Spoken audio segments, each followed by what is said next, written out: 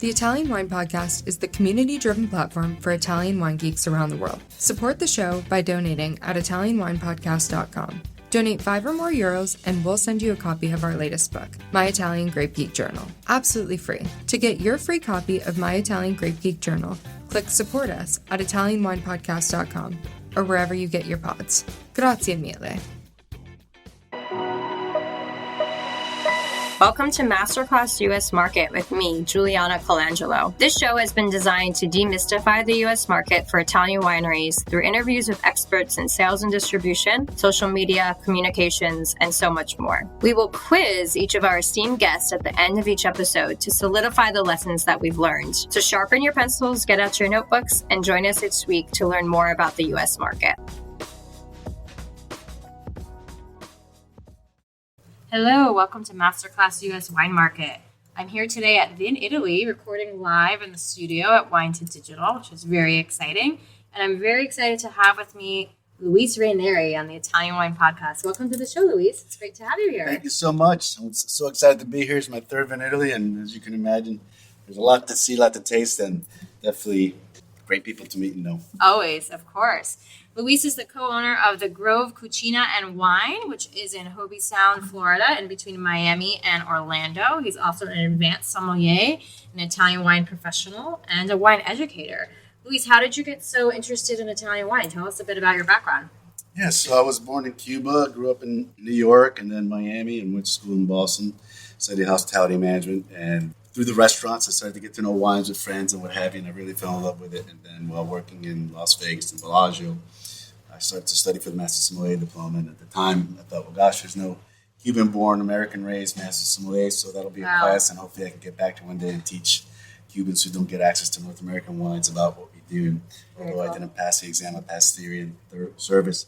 That's still impressive. I still have what I know, yes. And then I got a chance to work Harvest in Burgundy with Louis Jadot, and then with, in Rheinhessen with Fritz Hasselbach, who has since passed. But two of my favorite varietals, I took an 8-month, 18,000-mile self-sponsored sabbatical with my wife Jen and our son Makani, who was 8 months old at the time. So it really just deepened my love for the technical aspects and just traveling, and how food and wine is really about fun, fellowship, and creating these memories. And so when we bought the restaurant 5 years ago, being an Italian theme, I just wanted to deepen my education for Italian wines, and then I took the Italian Wine Professional course. Okay. And then I'm studying for the Italian Wine Scholar. Exciting. So lifelong student, it sounds like, of wine. Yeah. Absolutely. And where did you go on that 8-month sabbatical? Oh my gosh, just about circumnavigated. You start in Madrid and just draw a line down to Jerez, crossed over to Gibraltar, back, circumnavigated all of Spain, Portugal, and then we actually rented we bought a Volvo with the overseas program and just drove that baby all around. How cool is that? Picked it up on Bastille Day in Paris, drove to Champagne, Loire, just the same thing with France, and then Italy. Spent a few weeks, a month really in Tuscany, and then Barolo. With an 8-month-old, so that's impressive. That's amazing. Yeah, wow, good for you. Yeah, I mean, he was raised in it, right? Yeah. Back in the day when there was a thing called AAA map, that's what we used, and we highlighted all those routes. And so we had a trained professor in our restaurant that stands at the entrance of our restaurant. I love that. That's really the genesis of travel, food, fun, exploration. What a great story. That's fantastic. So, Luis, we're very excited to have you on the show today, and it's great to be here in person with you at Wine Italy. And we're going to focus on the opportunity with the Latino consumer for Italian wine, specifically in the U.S. market. It's a topic that we've discussed before on the podcast and here at Wine to Wine, but I think it's a topic we should continually come back to because it's an important one and it's an evolving conversation. But some of our takeaways for today's episode and what we really want to learn from you are, number one, what are some of the opportunities with the Latino market for Italian wine in the U.S.? What market specifically? Which wines do you think have opportunity? Number two, how as an Italian winemaker, winery, might you think about reaching this market and reaching new audiences with Italian wine?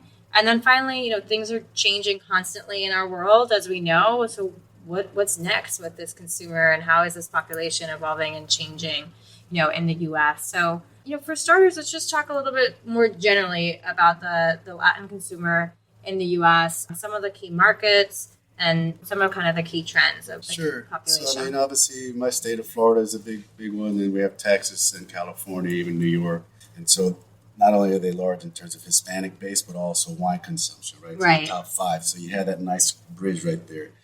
We have 63 million Hispanics right now, which is 20% of the population, and it's expected to reach over 100 million in 2050. So not only is 20% of the population in the U.S. So think about it. And 1 in 5 consumers. Right. I like to repeat numbers because I think it's important. Yes, we're growing fast. I mean, I myself was born in Cuba, like I said, and so this is an interesting sector. I think that Italian producers can pay attention to because I think culturally we have a lot of overlying values as well. If there are a lot of folks that are bilingual, either Spanish and Italian speaking of us first. I've already seen that here this week in Italy. We work along with Italian and Spanglish, so to speak, to understand each other. So there's no barrier there in terms of culturally. The other thing we have in common is we're very family oriented.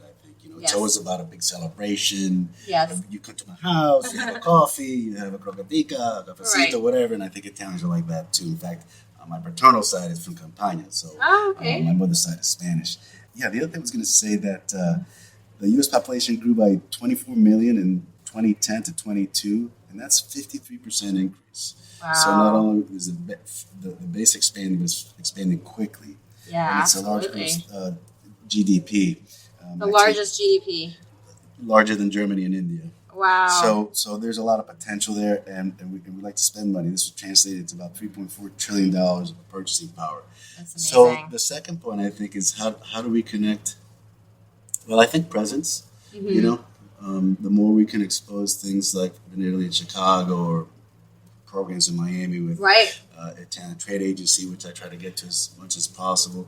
I think we not only need to increase that in these major states, but also other cities. For example, for sure. We focus a lot on South Florida, but perhaps in Orlando, or maybe some folks from all throughout the state. Not to mention the West Coast. I mean, I was living in California for a while. It's a huge population out there. Denver, Texas. You have great sommeliers in all these markets, and I'm sure they all love Italian wines, and so Italians just in general, Americans in general, are ordering more Italian wine than ever. Over 30%, I believe, of our imports are Italian wines. So now you have again another bridge, another building point of interest between Americans and Hispanics, and a growing base and a growing population. For sure, education, as much as we can give to the consumer, I think would be a key step.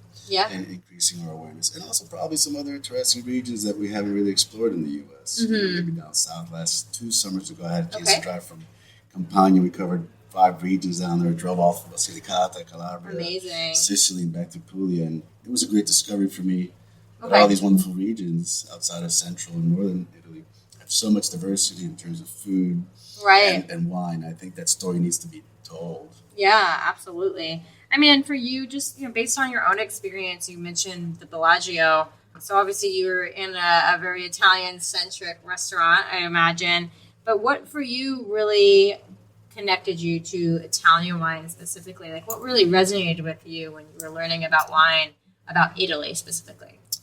Yes, so I was a lead sommelier for the Zurich and Circo, Machione family wines restaurants, and we were very strong and deep in France, Italy, Spain, and California. And what I really loved about Italian wines is that, to me, at least my experience, was wines that were older than 5 and then into the 8th year really changed so much esoterically, in terms of the tertiary flavors coming in with the fruit. And they're so provocative and sexy, really. Yeah. I just felt like, wow, what else is there that tastes like XYZ? And there was a gentleman who was a poker player there, and he drank a lot of Dal Forno. Nice. And he was very generous and would leave half a bottle for us to taste, the sommeliers. Very generous. So when you start breaking your teeth, so to speak, on Dal Forno, it's hard to stay away. Hard to top that. And so the more I was able to come to Italy or just taste through different vendors or trade programs, the more I get fascinated. I mean, there's 600 grapes in endless discovery in Italy, and how many do we really see in the U.S.? So there's a lot of work to be done, and that I think is what's exciting about learning about Italian wines. Right. I love how diverse they are, from one region to the next. Yeah. I love how they pair with food. All the sparkling wines, of course. Yeah, absolutely. Sangiovese and Nebbiolo, 2 of my favorites. Okay. But then you go to Sicily and you're like, ooh, mamma mia, and it's an up and coming region, right? You go to Mount Etna and it's like, wow. This is exciting. you're on a volcano, literally. I know, it's pretty fascinating. Food wines, yeah. Yeah. I mean, obviously, owning a restaurant, for me, it's about the tactile right. and acidity experience. And we have monthly winemaker dinners. Very cool. Yeah, I was going to ask you, how do you, you're obviously a wine geek and you love studying wine, but let's think about, maybe one of your consumers, your customers at the restaurant who's more of an average just drinker who likes to enjoy wine but isn't so geeky about it. How do we reach that consumer when it comes to Italian wine? Okay, so that's a great question. So I've had a lot of guests that when we started 5 years ago, they really didn't even know what Barolo was, for example. Right. And then little by little, you introduce maybe dolcetto with pizza, that it's fruity and fun and lively and not very expensive. In case they don't like it, they don't think like, oh my gosh, this guy. They wasted just a couple $100 in a bottle. And it's like, it wasn't so good. But then the next time they come in, you say, okay, and this is usually what I like to do with our guests. It's like, okay, so we started in North Italy, so then we go to Central Italy, then we go to Southern Italy. Cool. And then we maybe change the scheme, the food flavors from, maybe we do ossobuco with Barolo or Sangiovese, Brunello, and then next time we do something seafood from Sicily with those wines. And so that's one way that we've been able to educate our consumer. And then we have a monthly wine club where we feature 2 wines, a white and a red every month. Awesome. And then we do wine classes, and most of it is centered on Italian wines. We diversify a little bit, but we've had like Federica Zeni. She was into do a wine maker dinner last January, and then from Sicily we stayed in Baglio di Pianeto, so we did the brand launch at our restaurant. And again, it's awareness, and I'd say awareness and education. So when we do the tastings on the first part of the month, it's really about education through tasting 6 wines, and then in the back half of the month we do it through applications, so there's food and wine, because as you know, it changes the dynamics, and I think that's when Italian wines really take off, is like seeing how it changes. Absolutely. No, and I love your example of maybe starting someone off with dolcetto and pizza, a food that is very familiar and comfortable and that they know, and a wine style that is maybe more approachable both in flavor profile but also price. I think that's important to think about too, before maybe introducing to other varietals as well. So I think those are some great points for our listeners in terms of how to introduce your wines to new consumers in the U.S. market. Yeah, and you have to gain the consumer's trust, right? Yeah. So over 5 years, that's what we've been able to do. And it's nice to see when they get a little discovery, they'll put a verga or something like, what is this, and Nacionero that I tasted the other day at the tasting down in Miami. Right. So we've been talking about bringing in their wines because I'm going to focus on importing wines. Oh, exciting. Congratulations. That's the next venture. Yeah, we've already very met a few cool. nice folks from Wonderful. Friuli, and then this morning from Lasona. Awesome. Like, how many folks know where Lasona is, right? Yep. Probably not very many. It's our job to educate. Yeah. But yet many know Barolo and they know Nebbiolo. Right. But they didn't always know Barolo and Nebbiolo in the U.S. market either. I think it's important to remember some of the categories that we consider mainstays in the U.S. weren't always, right? We know who was drinking Prosecco 30 years ago, right? Now it's the only wine category that has shown some growth in the U.S. market at all is Prosecco in the last 12 months. So, we have to look at, too, what categories can become with investment and education. And I think what I'm also taking away from what you're saying, Luis, is you've really created within your restaurant this whole platform of education from your own experience, having come to Italy and explored the regions and tasted the wines and worked at some great restaurants in Las Vegas. So I think it's also really important for our listeners to understand, the first line of defense is the trade, right? You have to get ambassadors like yourselves really to fall in love with Italy, which isn't hard to do, but then give them more and more information, knowledge, and nurture those relationships so that you can then take what you know and pass it along to the consumers in your market. Absolutely. It's a long journey. I always say that we're the conductor of this experience, and we start at some point, and then we evolve depending on what the guest or consumer wants to do. Go north, or different food, or different price points, or a collection of wines. Yeah. I had a gentleman the other day who came in and was asking for Masetto, which we're open Tuesday through Saturday, 5 to 9. And so for someone to come into our little town and say, Alexis Masetto, well, that's exciting. I was like, okay, that's really exciting. Yeah. So, but our town is growing, and this is the consumer that we're getting. So we get the dolcetto, and we get the Masetto. We get everything in between. Right. And Florida, we did an episode about 6 months ago about Florida just in general, and the consumption growth there, but also the population growth in the last few years, especially since COVID. I mean, can Can you talk to us a little bit about what you've seen and your experience, living in Florida? Yes, absolutely. I mean, I grew up as a kid in Florida since '76, and I saw Miami Beach go through the whole Art Deco decade, and then Fort Lauderdale with the spring break, and things have changed in those tri-county, which is Miami, Fort Lauderdale, and Palm Beach, and so now we have this growth in my county, Martin County. I have the largest wine list, over 350 wines in my county, and probably 200 are Italian wines because of my dedication and mission to educating Italian wines. And actually, Cigar Aficionado had a cover out from Mark Wahlberg in December, and at the top right, the caption read, "Hobe Sound, next golf mecca." So I think there's some credence there to the fact that our town is growing, and there's land and inventory where there's a lot of investment right now. Right. The locals might tell you, too much traffic and I can't get to the store. But as a business owner, I'm excited about that. There's a lot of golf communities that are coming down there too. Golf communities, okay. So we see that coming in, and our population is probably going to grow. It's probably going to double again in the next 3 to 5 years. Do you think there's an opportunity, just thinking about lifestyle, right, within the golf community to integrate Italian wine? Italian Wine Podcast, part of the Mama Jumbo Shrimp family.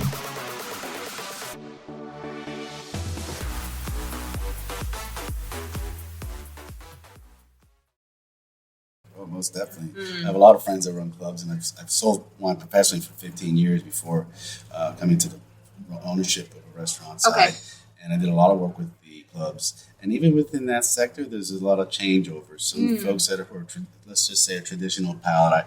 I've certain background, life experience, and this is what I used to drink from, let's say, California. And that's their mindset. Then the next generation, their kids and even their children's children are a little bit more adventurous. And that's where I think the window of opportunity comes in, that us as trade members and sales folks and educators can come in and have these seminars. I mean, the clubs are a beautiful venue to have a wine dinner or wine tasting, and we have plenty of them in Florida. So that's another opportunity I would suggest to our Italian friends out there listening. When you do come to Florida, ask your wholesalers to set you up with tastings or dinners at these wine clubs. Private clubs, golf clubs, Yes, absolutely. And you know what? That community wants this information. They want to taste these wines. Yeah, so I think something you said there, come to the market if you're not already, right? Spend time investing in the market. Focus on key opportunities where your distributor might be strong, or there might be places like clubs where you can have more of that one-on-one experience with a consumer and leave them with the lasting impression of your wines. And I might also say one thing that I just thought about it when I was selling wine. I was lucky enough to sell some very nice, prestigious wines. Is sometimes the smaller markets get overlooked. Because great point. When we go to market, so to speak, and we want to go to the high dense communities with all the buyers, etc., that's where a lot of the focus comes. But my experience was also equally rewarding when you went to those secondary and tertiary markets where they don't see a lot of these wines. And the outcome is usually, these are, of course, Italian wines, fantastic. Whether it's a Prosecco by the glass or something for the wine list or wine dinner, I think that would be another goal that I would encourage our Italian friends out there to seek those markets that don't see a lot of time. And some less competition too. I mean, if you think about New York, they're getting everything from Grand Cru, Premier Cru, French wines, champagne, to the best Italian wines, but not just that, also the best wines from California and all the other regions of the world. So like you said, Luis, like going to some of the smaller markets and creating some ambassadors, some local ambassadors. It sounds like you're really creating a whole community and hub and Hobe Sound, and there's opportunities just like that in other markets too. Absolutely. And I would just say out there that if anybody's coming to Florida and would like to do a wine dinner with us at the Grove Cucina Wine, please give us a call. You can find me on the internet, of course, through Juliana, and we'd love to help you expose what you do and tell the story. There's so many beautiful wines that haven't been seen out there, personally and professionally, for our audience. So you only help me do my job better as a researcher and a student of the subject matter. So please come in and do a wine dinner with us, or at least a tasting. I have a thing that first time we came to Italy in 2008, and if you haven't done this yet as a non-Italian traveler, you come to Italy in August, you hear of one thing, Feta d'Agosto. Oh, yes, of course. And then all of a sudden it's like, why is everybody closed? Feta d'Agosto. So I'm on a campaign to have a Feta d'Agosto in our community. I am for that. That sounds great. We all need a little vacation, and everyone shut down at once. Sounds like a great idea. See us in Florida. It's right before the season, at least for Florida, our market, it's seasonal, so to speak, on the southeast and west coast. And that's when buyers tend to start to write their wine list. And if you're ever doing a little block party out in New York, that's fun. style. Yeah, right. Why not? That sounds great. We try to make wine fun. Right. I think that's important. Make it fun. So, Luis, it's been so much fun talking to you here today. And as we wind down, we'll do our rapid fire 3-question quiz of sorts. So, number one, what is your number one tip for mastering the U.S. wine market? Be open to speak to anyone who has an interest in learning about Italian wines. Nobody knows everything. And so just be genuine. Present your wines, because Italy, not only wine in general, Italy can be intimidating. Yeah, that's really great advice. Italy can be intimidating, so don't assume the knowledge of your consumer, of your customer. Make sure that you're being generous with your information. Tell the story. I think that's great. Absolutely. What's something you might have told your younger professional self about selling wine in the U.S.? Well, always make sure you check all the wines. I was at a wine dinner once where I relied on the sommelier at a yacht club. Okay. And they said everything was great, and I was there with ownership, and it happened to be Pinot Noir, and it was not good. It was not okay. So I test every wine all the time. Test every wine. Young folks out there, every event, just do it yourself. Be detail-oriented. Yep, absolutely. And then finally, we all travel a lot. Sounds like you've traveled quite a bit. And we're here traveling at Vinitaly. What's your number one of your favorite travel hacks? Well, I'm kind of particular about the bathroom. I just get in there and I set everything real neat and everything, so that if I happen to stay out late, which I don't, in the morning everything's nice and tidy, so that you don't miss the bus wherever you go. Everything's organized. Domestically or here, so I just have my little travel habits. Awesome. Very cool. Luis, how can our listeners connect with you and maybe set up one of those potential wine dinners? Thank you so much for asking. Well, my email address is LREYNERI@iCloud.com. Great. And that's the best way. You can also visit us at www.thegrovesound.com, TheGrove. And if you're in the neighborhood, give us a call. We'd love to get to know you and taste your wines. Thanks, Luis. Thanks Thank for you being for here having today. us. Of course. Pleasure. Thank you for joining me today. Stay tuned each week for new episodes of Masterclass US Wine Market with me, Juliana Colangelo. And remember, if you enjoyed today's show, hit the like and follow buttons wherever you get your podcasts.